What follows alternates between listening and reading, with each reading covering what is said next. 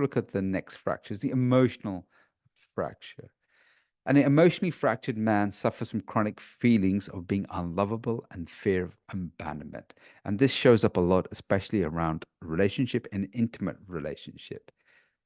The shame, fear voices, I'm not lovable. And that he's desperate for connection, appreciation, and love. So emotional fracture, the symptoms of that, it gets very clingy and terrified of rejection. So he'll become very needy in the relationship. He'll fuse very quickly. He'll attach very quickly in the relationship. And he'll make the relationship the center part of his world. He'll need to make sure that there's always a connection. She's not upset. Everything's okay. So he'll become very, very needy for attention. He puts women on a pedestal.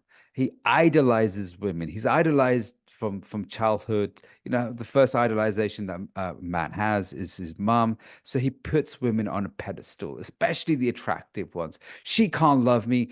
I'm not good enough for her. You know, I'm not desirable enough for a woman like that. She won't love a man like me. So there's a lot of mindset fracture going on, nerve fracture going on. So you add those two together, and then you get the emotional fracture. And he's very dependent and approval driven. So he needs her approval. Also, the fractured man has the spoiled brat reflex. He's hypersensitive, sulks, passive aggressive, demanding, grudgeful, and poor me. He's in the victim mindset. He's more like a emotionally immature and like a kid in this part. Emotionally fractured men have what I call, they lack the EEE. So they lack conscious experience with women. So there are some guys who've had a lot of experience with women, but they've not been very conscious. They've been on very much on autopilot. Also, they enter relationships um, without consciousness. So they kind of like fall into the relationship rather than, you know, choosing to be in that relationship. So I've done this many times in my life as well. You know, it just happened to get into a relationship. You happen to get engaged. You happen to move in rather than consciously choosing to move in.